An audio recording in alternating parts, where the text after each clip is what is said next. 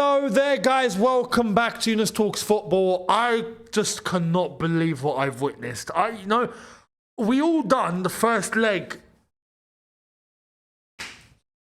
and now we've done this second leg, and I'm in shock. I'm in absolute awe. That was absolutely tremendous. That was another spectacle that they delivered. 3-3 in that first leg, and we were all here talking about how this is just absolutely magnificent.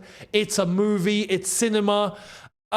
This is why we love football. What a fantastic match. You know, this is everything about what we love on the game.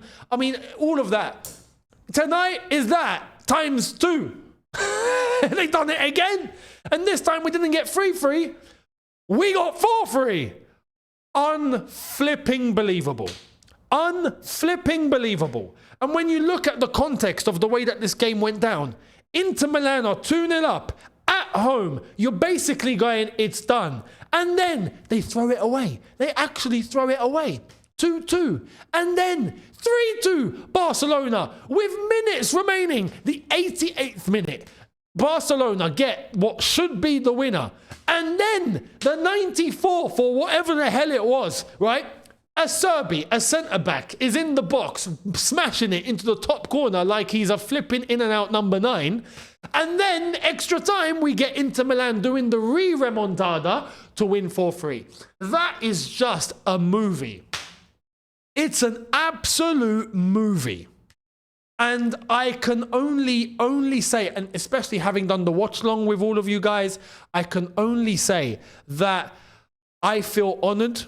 I feel privileged to have had the chance to call that, to commentate that, to do the watch long with you guys, to watch it at the same time as all of you, with you lot, to have a platform to be able to express myself. When these sort of matches are going on, it gives me fulfillment as to why we love football.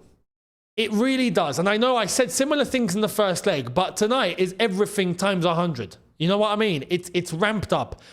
Inter Milan have made the Champions League final. They will be heading to the final in Munich. If I'm not mistaken, it's in Munich, right? Barcelona are heading home. And I've got to be honest. Both deserve to be in the final. Both deserve to be in the final. And I say this as someone that isn't a big fan of Barcelona, right? I'm a Chelsea fan. We don't like Barca. We've got too much history. We've been robbed against them. We've done all sorts. We got our revenge against them. That should be put to bed. But there's always something there. We're just, Barca.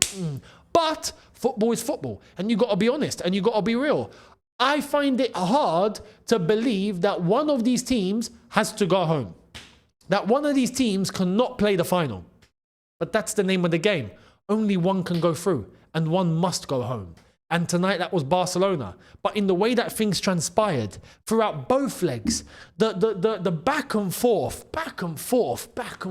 just non-stop was just mesmerizing. For a semi-final to finish 7-6, 3-3 and 4-3 in both legs is just unbelievable. And no one really expected it from Inter Milan.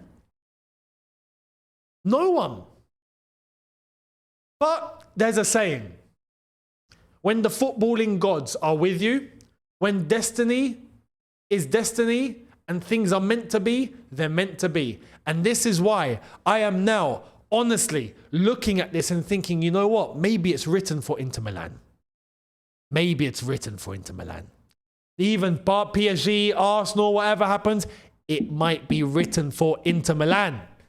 And why? Because we would know what that's like. We've been there when it's just been written for us. Yeah, we know what that's like. No one looks at you. No one's thinking that they're going to win it. No one. But then you just keep going and going and going. And then things in each game just happen.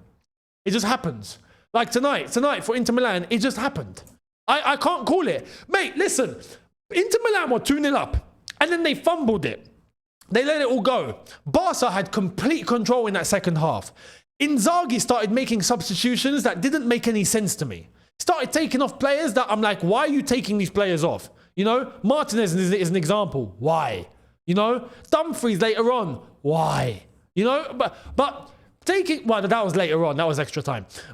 He looked tired, to be fair. But he's taking off. You know, he takes off Mkhitaryan, Çalhanoğlu, takes off these players. And I'm like, you're costing yourself the shape of the game here, control of the midfield at least, or control of the attack.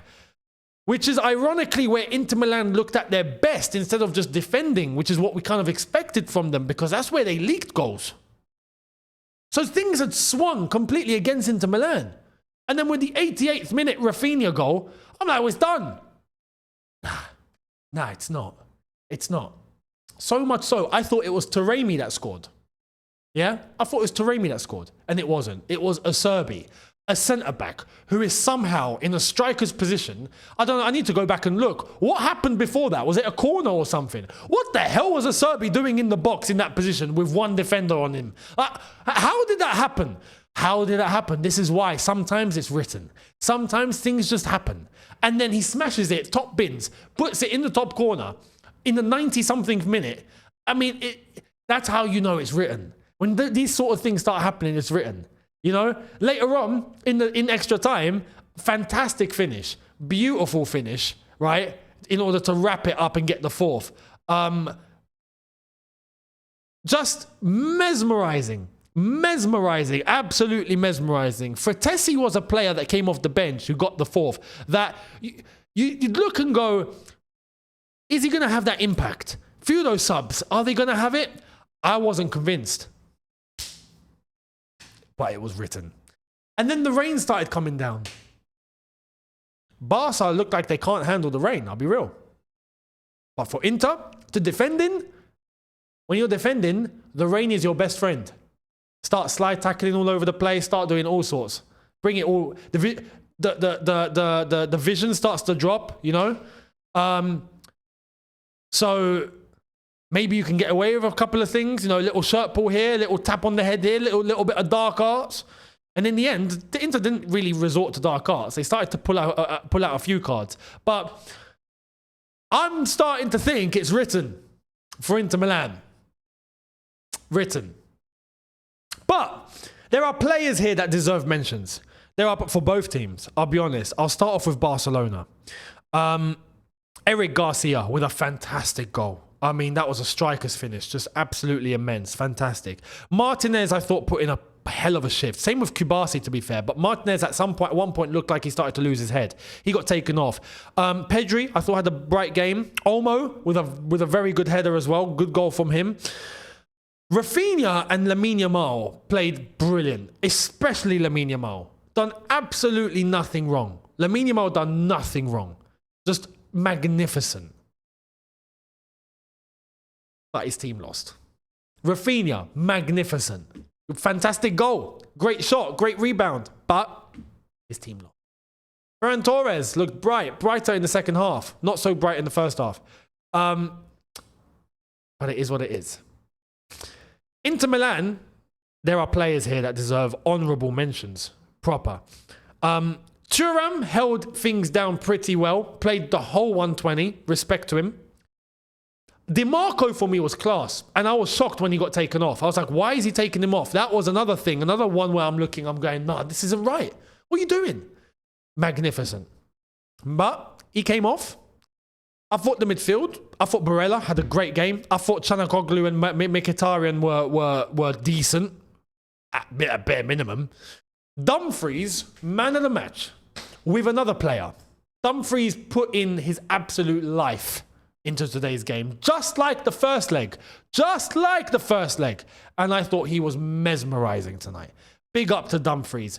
Absolute shift. What a player tonight, and what a player in the first leg. So massive mention to him. Bisek had a decent game. He got taken off. I didn't think he would be taken off, if I'm honest. But Acerbi got the equalizer that sent everyone going mental. Who would have thought? Phenomenal finish. Bastoni was an absolute rock in that defense. Absolute rock. When it mattered most, he was there. And Sommer, joint man of the match for me with Dumfries. What a goalkeeping performance from him. And that, when you start to get those sort of things, when you're from your goalkeeper as well, making some saves that don't make any scientific sense, yeah? those sort of saves. That's when you know things are written. He saved his team on 3 occasions to keep them in contention for reaching the Champions League final, especially when they were 4-3 up. Sommer came in to save twice after they went 4-3 up. Pulled off one worldie earlier on in the game and pulled off another couple after he had to, especially the fingertip. Lamine Yamal taking the shot and with his fingertip making that stretch.